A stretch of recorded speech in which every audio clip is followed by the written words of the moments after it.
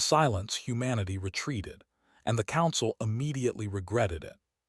The chamber was enormous, built to hold representatives from 12 different species. Ambassador stood at the human podium, her hands gripped tight on the smooth metal surface. Around her, alien beings of all shapes and sizes filled their seats. Some had multiple arms. Others had scales or fur or skin that glowed faintly in the dim light. All of them were older than humanity.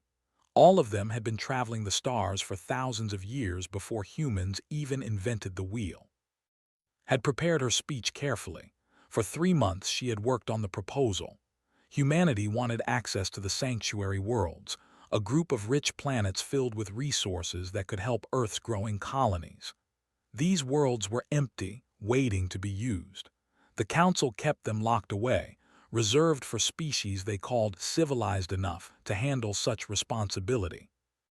Today was the vote. Felt her heart beating fast as the Council leader, an ancient creature named, called for the decision. Was a being that looked like a massive insect covered in chitinous armor. His species had ruled the Council for 2,000 years. When he spoke, his voice echoed through translation devices that turned his clicking sounds into words everyone could understand. The vote on human access to sanctuary worlds, announced. All in favor. Silence filled the chamber. All opposed. 11 hands, claws, and tentacles rose into the air. Only the human delegation abstained. Felt her stomach drop. She had expected some opposition, but not this. Not complete rejection. The ambassador rose from his seat. There were tall beings with smooth purple skin and eyes that seemed to look through everything. He turned to face directly, and when he spoke, his voice carried contempt that needed no translation. Humanity asks for trust it has not earned, they said. Your species is barely 100 years into space travel. You bring violence wherever you go. You solve problems with weapons first and diplomacy second. You are too aggressive, too unpredictable, too young to be given such responsibility. Opened her mouth to respond, but raised one chitinous claw. The ambassador raises valid concerns, said. Humanity has proven useful to the Council in certain capacities. Your soldiers fight well. Your engineers build adequate structures. Your merchants fill gaps in our trade networks. But wisdom requires time, and time is something humanity lacks. We have followed every council law, said, her voice steady despite the anger burning in her chest. We have fought in your wars. We have died protecting your borders. We have earned the right to be treated as equals. Equals? The ambassador laughed, a sound like wind through broken glass. You may reapply in another 1,000 years. Perhaps by then you will have learned restraint. Until that time, humanity shall remain under our supervision. This discussion is closed. Brought his claw down on the podium, creating a sharp crack that signaled the end of the session. The other ambassadors began filing out of the chamber, some casting sympathetic glances toward, others simply ignoring her completely. Stood alone at her podium for a long moment. She took a deep breath, touched the communication device in her ear, and spoke 4 words that would change everything. It is time, Admiral. Across the galaxy, on the human flagship Silent Resolve, Admiral received the message. He sat in his command chair, surrounded by showing the positions of every human vessel in Council space. There were hundreds of them, warships protecting Council borders, cargo vessels moving supplies between alien worlds, research stations studying phenomena that benefited all species, construction ships building the infrastructure that held the Council's civilization together. Was 58 years old, with gray hair and eyes that had seen too many battles. He had served the Council faithfully for 30 years, watching humanity try again and again to earn respect that never came. Today, he had received authorization from Earth's government for something unprecedented, something necessary. Activate Protocol Exodus, said quietly. His communications officer, a young woman named Park, hesitated only for a second before transmitting the order. Across every human ship, station, and outpost in Council space, the same message appeared. It was simple and clear. All human personnel are to withdraw from Council space immediately. No exceptions. No delays. Cease all operations and return to human-controlled systems. Acknowledge receipt. The responses came back within minutes. Confusion at first, then understanding. Within 6 hours, human cargo ships had stopped deliveries mid-route and turned around. Human warships protecting alien colonies powered up their engines and departed without explanation. Human engineers walked away from half-finished projects. Human diplomats packed their belongings and boarded shuttles home.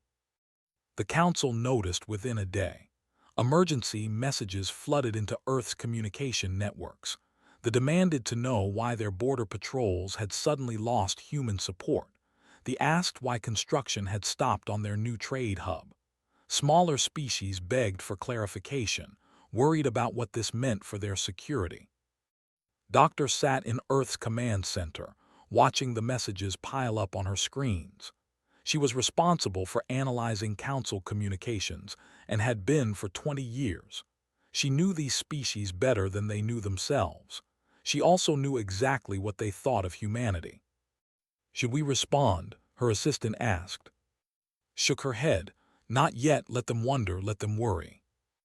On the Silent Resolve, Admiral watched as the last human vessels crossed back into human space. Behind them, they left a galaxy that had functioned smoothly for centuries, never realizing how much of that smooth function depended on human labor, human protection, and human innovation. Captain Park approached the Admiral's chair. She was young for her rank, only 32, but she had proven herself in a dozen battles. Now she would help lead humanity into something more difficult than war. "All ships accounted for, sir," she reported. "We're home." "Good," said. He pulled up a star chart showing human-controlled space. It was small compared to Council territory, just 47 systems clustered around Earth. But it was theirs. "Begin Phase 2. I want defensive perimeters established around every human world. Nothing gets in or out without our permission." "What about the Council?" asked. "They'll send envoys, they'll demand explanations." His expression was cold. "Then we'll give them the same explanation they gave us. We're too young, too violent, too unpredictable. We wouldn't want to cause any problems." Ambassador returned to Earth 2 days later. She met with and in a secure bunker beneath the capital city. Maps and projections covered the walls, showing Council space descending into chaos without human support. "They're already feeling it," reported. "Pirate attacks have increased 40%. The lost 2 colonies yesterday. Trade routes are collapsing because nobody else knows how to navigate the void corridors we established." "Let them collapse," said quietly. She looked tired but determined. "For 87 years we tried to earn their respect. We followed their rules. We died in their wars. We built their future. And they called us too young to deserve equality." "What happens when they beg us to come back?" asked. The 3 of them exchanged glances. They had already discussed this possibility. They had already made their decision. "Then we teach them what happens," Admiral said, "when you insult humanity." In silence, humanity retreated, and the Council immediately regretted it. 6 months had passed since humanity went silent. Captain Park stood on the bridge of her cargo carrier, the Morning Star, as it docked at humanity's orbital station above Mars. Through the viewport, she could see dozens of other human ships coming and going, but all of them stayed within the invisible boundary humanity had drawn around their space. They called it the Veil. Any alien ship that approached received one warning message telling them to turn back. If they ignored the warning, human patrol ships would escort them out, gently but firmly. No explanations were given. No exceptions were made. The galaxy beyond the Veil continued its business, but humanity watched from behind closed doors. Had been one of the last cargo captains to leave Council space. She remembered the confused faces of the alien merchants she used to trade with, the ones who had treated her fairly over the years. But she also remembered the contempt in the ambassador's voice, the casual dismissal from, the way the council had made it clear that humans would never be anything more than useful servants. "Captain, we're receiving another transmission from Council Space," her communications officer said. "It's the 17th this week." "Delete it," said without looking up from her reports. She knew what the messages said. They all said the same thing: requests for meetings, demands for explanations, offers of trade deals, thinly veiled threats. Humanity ignored them all. Deep in the asteroid belt between Mars and Jupiter, something enormous was taking shape.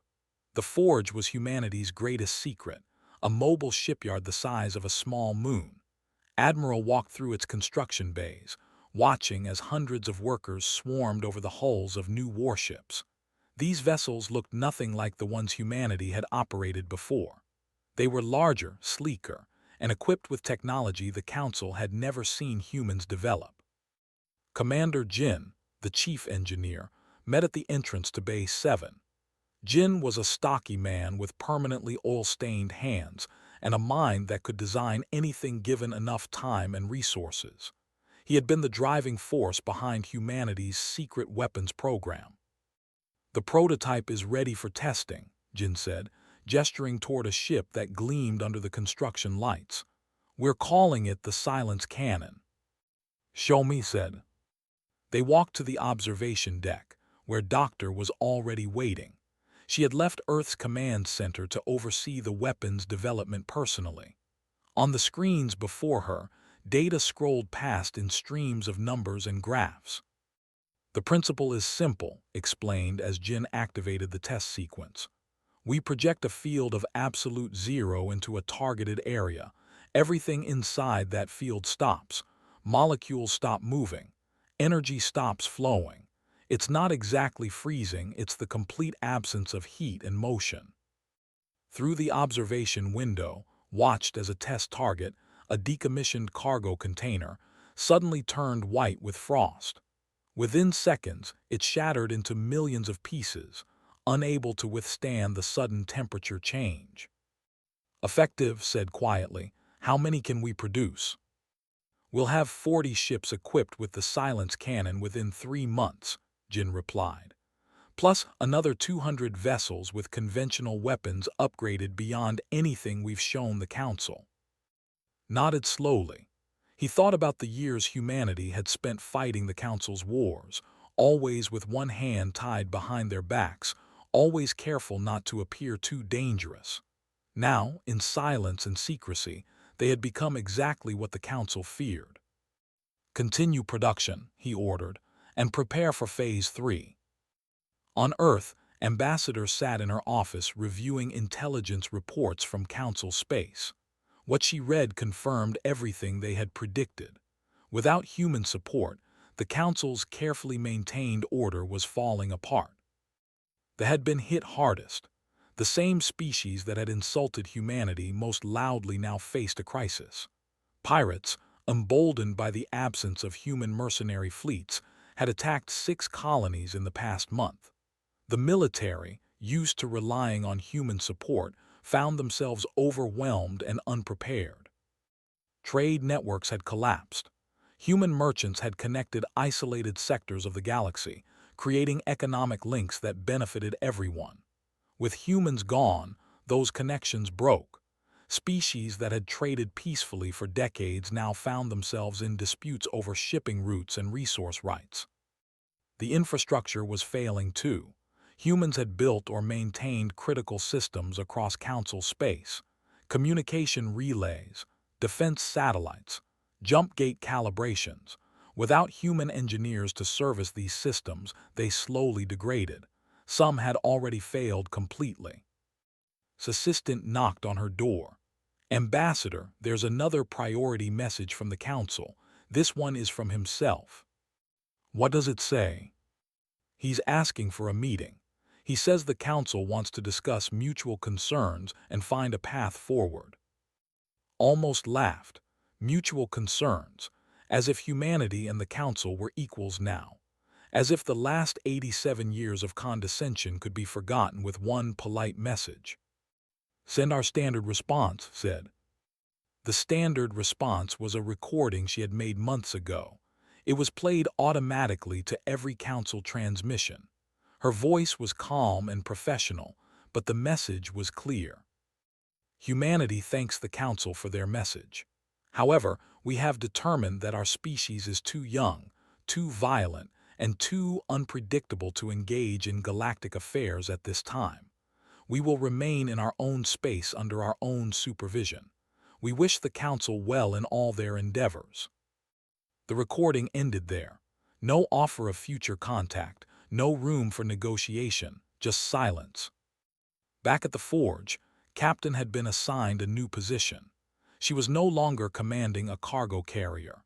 Instead, Admiral had given her control of the Vale Patrol, a fleet of 30 ships dedicated to keeping humanity's borders secure. Her new vessel, the Watcher, was one of the prototype warships fresh from the construction bays. It bristled with weapons that could tear through shields the Council thought were impenetrable. Its engines could outrun anything in the galaxy. Its sensors could detect threats from light years away. Sat in the captain's chair, still getting used to the feel of a warship after years on merchant vessels. Her crew was small but expert, hand-picked from among humanity's best. They all understood what they were protecting, not just human lives but human dignity. "Captain, we have an unauthorized vessel approaching the Vale," her sensor officer reported. "It's broadcasting Council identification codes. Looks like a diplomatic courier." "Send the warning," ordered. The automated message went out, telling the vessel to turn back immediately. For a moment the ship continued forward as if testing humanity's resolve. Then, finally, it came to a stop. A transmission came through. "This is Ambassador Kelvin of the... I carry an urgent message for the human leadership. We need your help, please, we are desperate." Recognized the name. Kelvin was the same ambassador who had insulted humanity 6 months ago, the one who had called them too violent, too young, too unpredictable. Now he was begging. She thought about ignoring him completely, but Ambassador had given clear instructions for situations like this. Let them know we heard them. Let them know we chose not to help. Activated the communication system and spoke directly to the ship.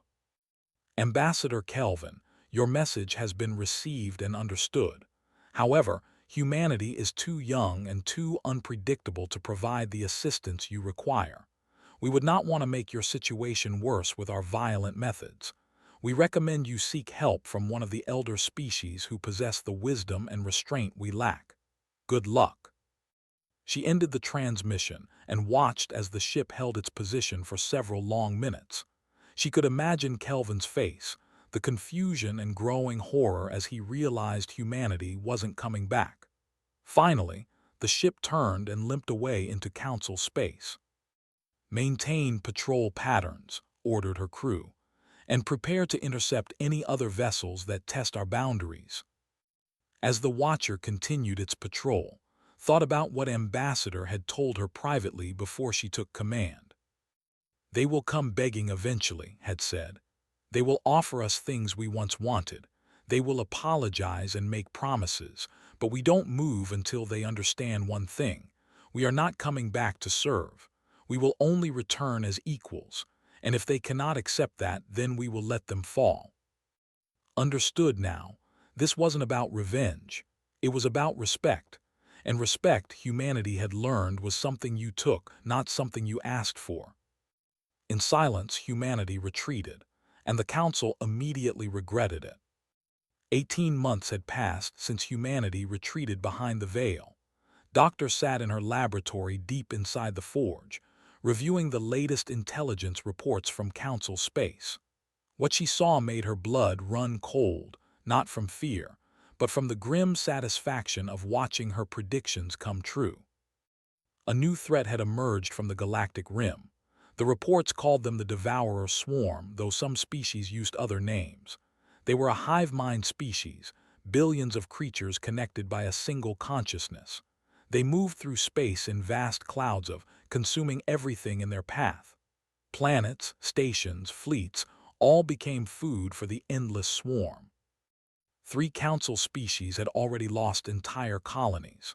The had been first, their mining worlds on the rim stripped clean in a matter of days. Then the, who had tried to negotiate with the creatures and learned too late that the swarm didn't communicate, it only consumed. Most recently, the had lost their agricultural colonies, billions of lives turned into biomass for the enemy. Watched recordings of the attacks. The swarm ships were unlike anything she had seen before. They were grown, not built, with hulls that could regenerate damage and weapons that fired streams of acid or clouds of smaller creatures that tore through armor plating. Council weapons barely slowed them down. "The Council has called an emergency session," her assistant informed her. "They're gathering every available warship at the Nexus system. They say it's their last defensive line." "How many ships?" asked. 847, everything they have left. Did the calculations in her head. Even at full strength, the Council's fleet would struggle against the swarm. But the Council wasn't at full strength anymore. Months of pirate attacks, failing infrastructure, and economic collapse had weakened them. Their ships were poorly maintained. Their crews were exhausted.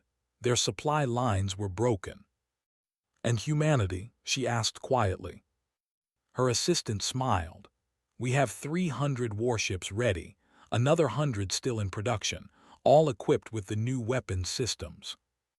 Nodded and sent a secure message to Admiral. The time was approaching. Soon, humanity would have to make a choice.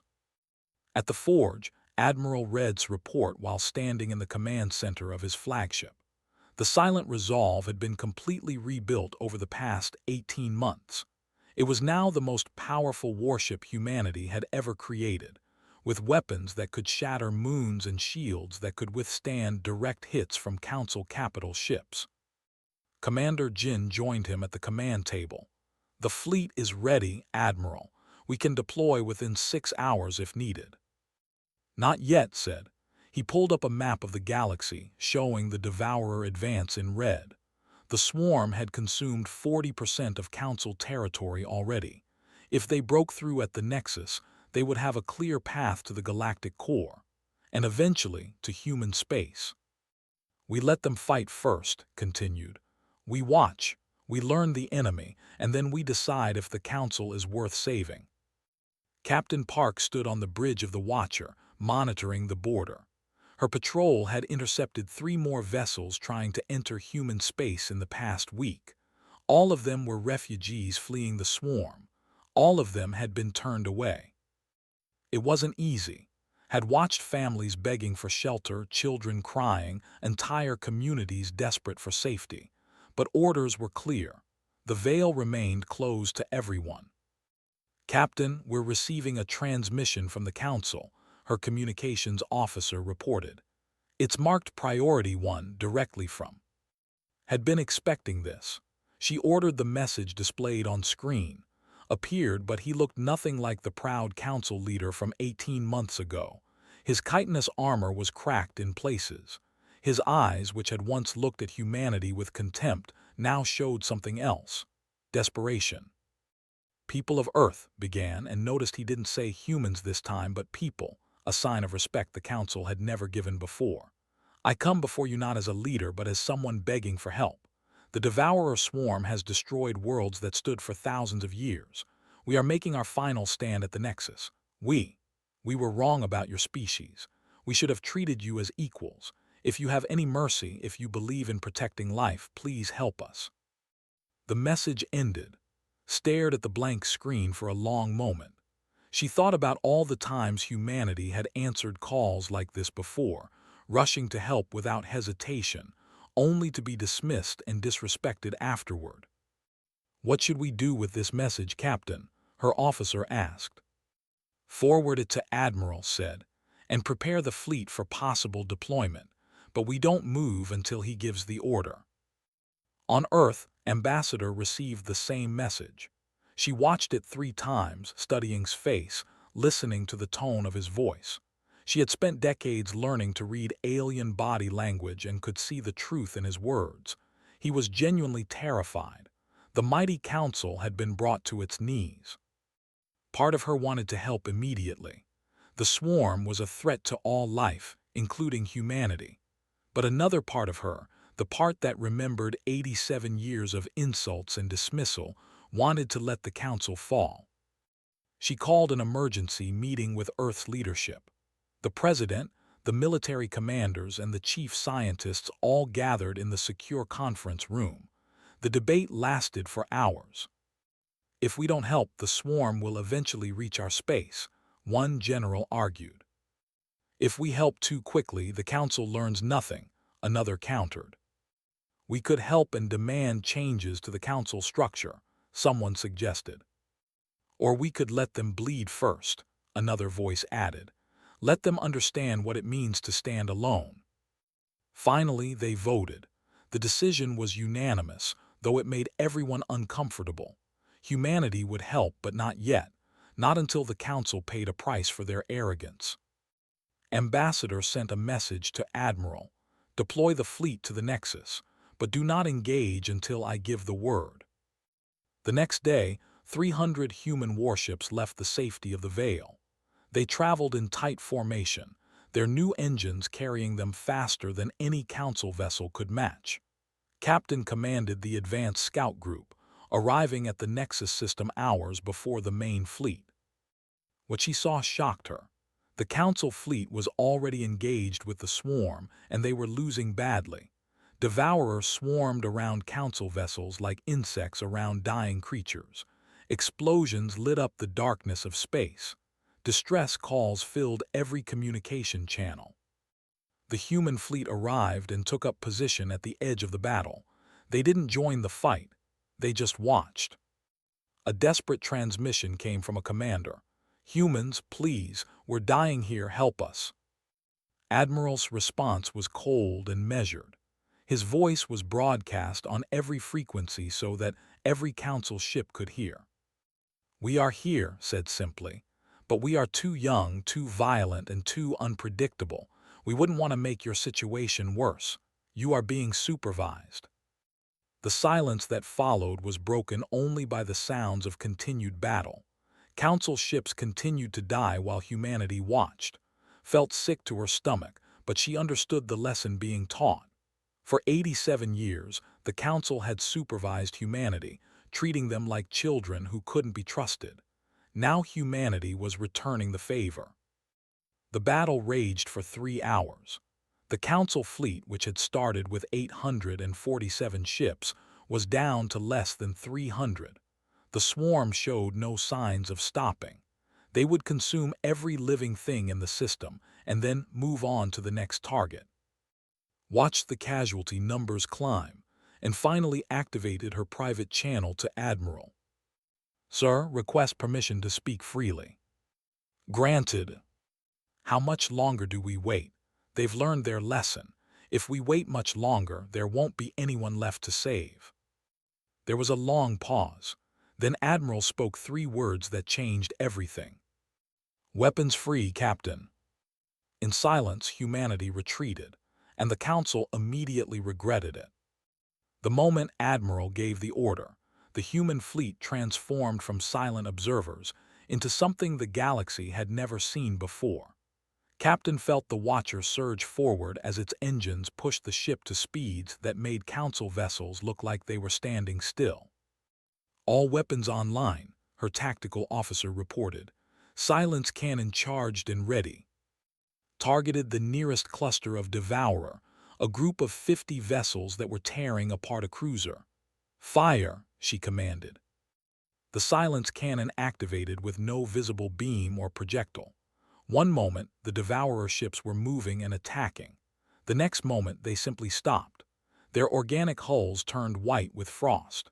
The creatures inside froze solid. Then, unable to withstand the sudden temperature shift, all 50 ships shattered into millions of pieces that drifted harmlessly through space. Around the Nexus system, the other human ships opened fire.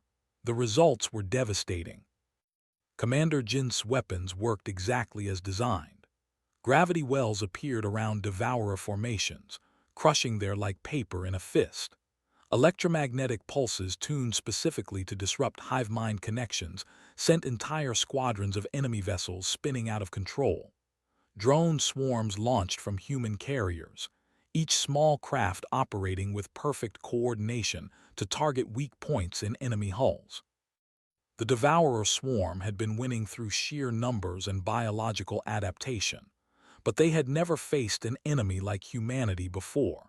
Every weapon humans deployed had been designed specifically to counter the swarm's advantages. Where the Council had tried to fight the Devourers with conventional tactics, humanity had studied, adapted, and innovated.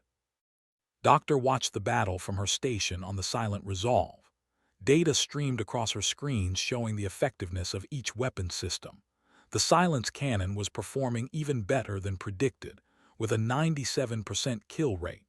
The gravity wells were less effective against smaller, but absolutely devastating against the larger hive nodes. The electromagnetic pulses worked perfectly, breaking the swarm's coordination and leaving them vulnerable. "We're winning," her assistant said with amazement. "We were always going to win," replied calmly. "We had 18 months to prepare. They gave us the time we needed." Admiral stood at the center of the Silent Resolve's bridge, watching as his fleet systematically destroyed the Devourer swarm. His ship's main weapon, a prototype antimatter lance, fired a beam of pure energy that burned through a Devourer command ship the size of a small moon. The creature's death scream echoed across psychic frequencies, causing the smaller nearby to spasm and die. The Council fleet, what remained of it, had stopped fighting. They simply watched as humanity did in 4 hours what the Council couldn't do in 4 months.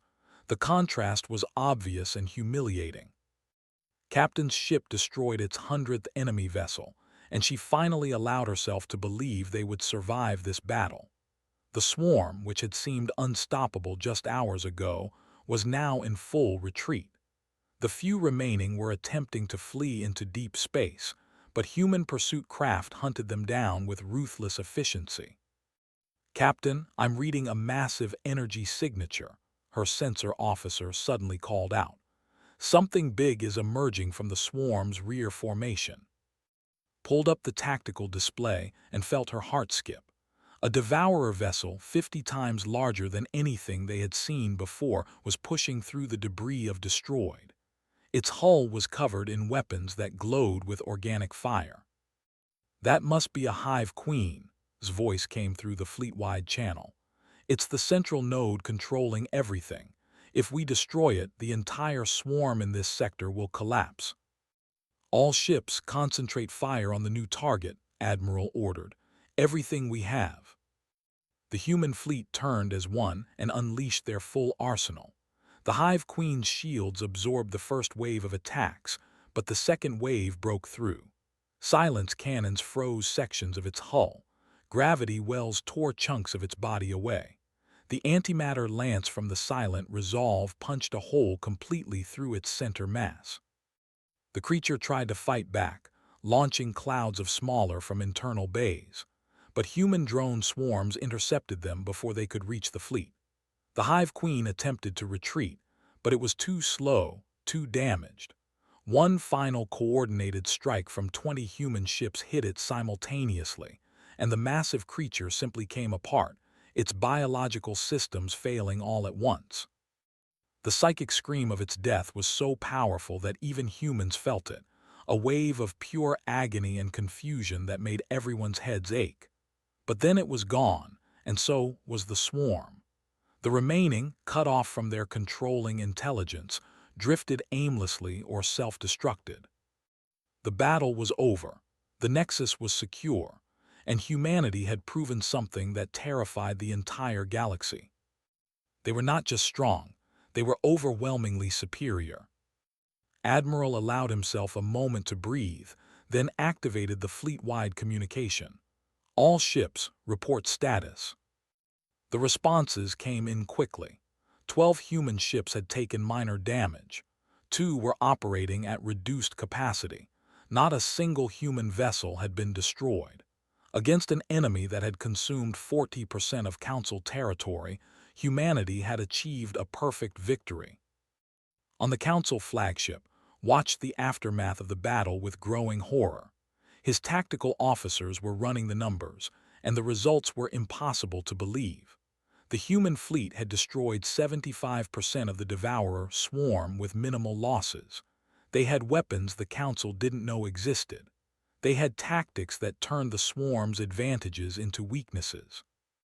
How, whispered, how did they develop this technology? We would have detected such research programs. We monitored their scientific facilities. His intelligence chief, a named Kelvin who had once insulted humanity before the Council, spoke quietly. They must have built everything in secret. While we were congratulating ourselves on putting them in their place, they were preparing for war. Before could respond, every Council ship suddenly activated. Ambassador's face appeared, and her expression made it clear this was not a friendly check-in. People of the Galactic Council began, and noticed she didn't say leaders, she said people, as if the leadership itself was no longer legitimate. For 87 years, humanity served you faithfully. We fought your wars. We protected your borders. We built your infrastructure. We died for civilizations that weren't our own. And when we asked to be treated as equals, you called us too young, too violent, too unpredictable. Paused, letting her words sink in. On the Council ships, thousands of aliens watched and listened. You were right about one thing, continued. We are unpredictable. You could not predict that we would leave when you insulted us. You could not predict that we would build weapons capable of ending this war. You could not predict that we would watch you suffer before deciding to help. And now, you cannot predict what we will do next. Another pause, found herself holding her breath. But I will tell you this, said, and her voice became hard as steel. The Galactic Council as you knew it is finished. There will be no more elder species and junior members. There will be no more supervision of younger civilizations. There will be no more treating some species as superior to others. From this moment forward, there is only one choice. You can accept humanity as equals in a new galactic order, or you can stand alone against whatever threats emerge next. Choose wisely. The transmission ended. The silence that followed was absolute. Every being in the Nexus system understood what had just happened. Humanity hadn't just saved the Council. They had conquered it without firing a single shot at them. They had proven their superiority so completely that no one could argue anymore. Captain looked at her crew and saw the same mixture of pride and uncertainty on their faces. They had won the battle, but what came next would be even more difficult. Building peace was always harder than winning wars. Captain Admiral is ordering all ships to hold position, her communications officer reported. We're to await further instructions. Nodded and settled back into her command chair. The war against the swarm was essentially over, but the war for respect, the war humanity had been fighting for 87 years, had finally been won. Now came the hard part. Now they had to build something better. In silence, humanity retreated, and the Council immediately regretted it. 30 months after humanity retreated into silence, the galaxy looked completely different. Ambassador stood in what had once been the Council chamber, but was now called the Galactic Assembly. The old podiums arranged in a hierarchy of importance had been torn out. In their place stood a circular arrangement where every species had identical seating. No one sat higher than anyone else. No one had a more prominent position. The changes went deeper than furniture. Every species, from the ancient to the spacefaring civilization, now had exactly one vote on all matters. Decisions required a 2/3 majority, and humanity held no special veto power. They had forced equality on everyone, including themselves. Watched as representatives from 40 different species argued about trade regulations. It was messy and loud and sometimes frustrating, but it was fair. That was all humanity had ever asked for. Ambassador, you have a visitor, her assistant informed her. Kelvin, the who had insulted humanity 2.5 years ago, entered her office. He looked older now, his purple skin duller, his movements slower. The war and its aftermath had aged everyone who lived through it. "Ambassador," Kelvin said, and then did something never expected to see. He knelt on the floor, lowering his tall frame until his eyes were level with her feet. "I have come to offer my species' formal apology." "Stand up," said firmly. "We don't want anyone kneeling to us." Kelvin looked up, confused. "But we wronged you. We insulted your people. We dismissed your worth. The traditional apology requires—" "Stand up," repeated. "If you want to apologize, do it as an equal, not as someone inferior. That's the whole point of what we've built here." Slowly, Kelvin rose to his feet. He met's eyes, and she saw genuine remorse there. "We were wrong about humanity," Kelvin said quietly. "We thought age meant wisdom. We thought our long history made us superior. But you proved that wisdom comes from how you face challenges, not how long you've existed. In 18 months of silence, you accomplished what we couldn't in thousands of years. You adapted, you innovated, you prepared. And when you returned, you showed mercy we didn't deserve." "We didn't show mercy," corrected. "We made a strategic choice. The swarm was a threat to everyone, including us. We needed allies, not servants. That's why we're building this new system." Kelvin nodded slowly. "My species wishes to prove we have learned this lesson. We want to contribute to the new order, not as elders guiding younger species, but as equals working together. How do we begin?"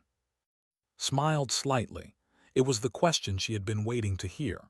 "You begin by keeping that attitude, by treating every species with respect, regardless of their age or military power, by remembering that we all share this galaxy." After Kelvin left, sat alone in her office and allowed herself a moment of satisfaction. The changes were working. Slowly, painfully, but working. Above the former Council worlds, Admiral commanded the new Galactic Defense Initiative from his flagship. The silent resolve had become the symbol of the new military order, a force that answered to all species equally. Ships from a dozen different civilizations trained together in his fleet, learning tactics that humanity had developed. Commander Jin had been assigned to teach alien engineers how to build the new defensive technologies. He stood in a laboratory aboard one of the orbital stations, surrounded by beings from 6 different species, all of them eager to learn. "The silence cannon works on a principle your species all understand but never applied to weapons," Jin explained. "Absolute zero isn't just cold. It's the complete absence of molecular motion. The challenge was learning to project that state into a specific area without affecting everything around it." An engineer raised one claw. "But why share this technology with us? You could maintain superiority by keeping it secret." Jin smiled. "Because superiority through secrecy is fragile. The moment someone else discovers the technology, your advantage is gone. But if we all have access to the same tools, we all benefit from improvements anyone makes. Shared knowledge makes everyone stronger." It was a philosophy the old council had never understood. They had hoarded technology, keeping advanced weapons and tools for the elder species while providing only basic equipment to younger ones. Humanity was doing the opposite, sharing everything they had developed. Captain commanded the Veil Patrol, but her mission had changed. Instead of keeping aliens out of human space, she now escorted convoys of mixed species through dangerous regions. Her ship worked alongside cruisers, frigates, and vessels from species that had once feared or dismissed humanity. One day, her sensors detected a small group of devourer that had survived the main battle. They were attempting to raid an agricultural colony on the frontier. His fleet intercepted them quickly, but this time she had allies fighting beside her. A captain coordinated with her tactical officer. An engineer helped optimize her ship's power distribution. Together, they destroyed the threat before it reached the colony. After the battle, the captain sent a private message too. "Thank you for teaching us your tactics. and thank you for not holding our past mistakes against us forever. Replied simply, the past is done. What matters is what we build now.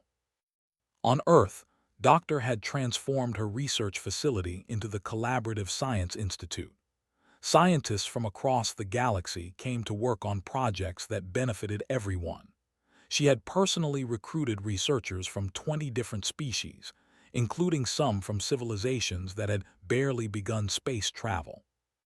We're working on a new medical scanner, she explained to a group of visiting students. It combines biological sensors, energy field manipulation, and human computational processing. No single species could have built this alone, but together, we're creating something revolutionary. One of the students, a young being from a species that had only joined the galactic community 5 years ago, raised a tentacle.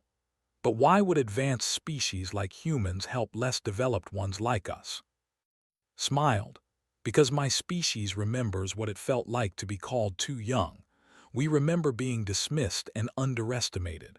We promised ourselves that if we ever gained power, we would use it to lift others up, not hold them down. That's what makes us different from the old council. 3 years after humanity's retreat, the Galactic Assembly held a ceremony to formally dissolve the old council structure and ratify the new constitution. Representatives from every species signed the document, pledging to uphold the principles of equality and mutual respect. Admiral was invited to speak at the ceremony.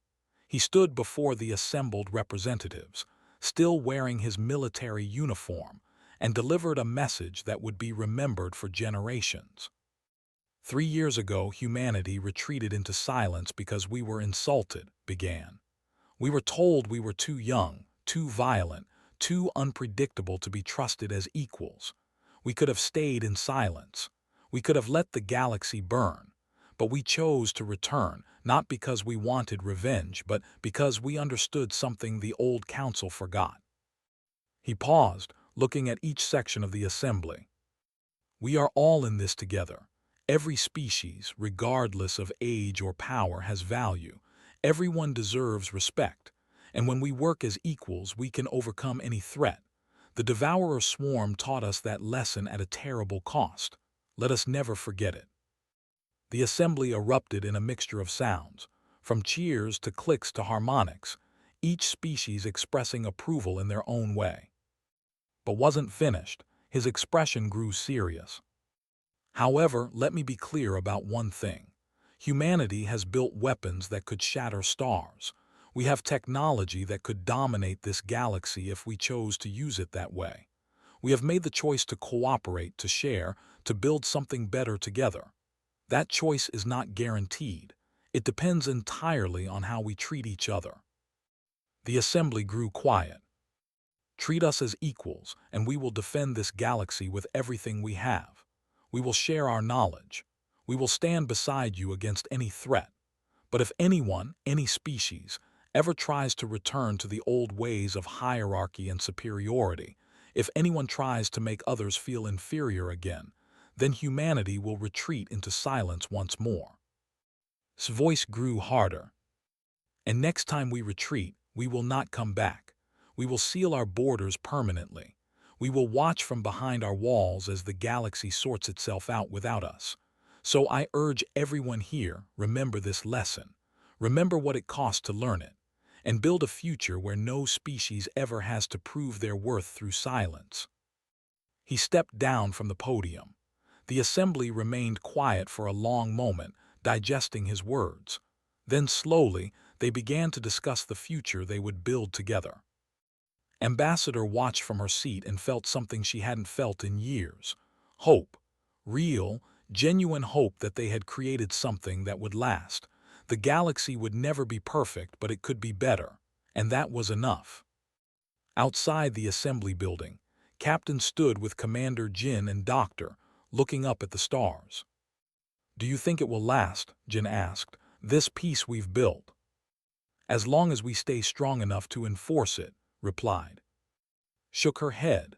It'll last as long as everyone remembers what happened when they disrespected humanity. Fear is useful, but respect is better. And now, finally, we have both.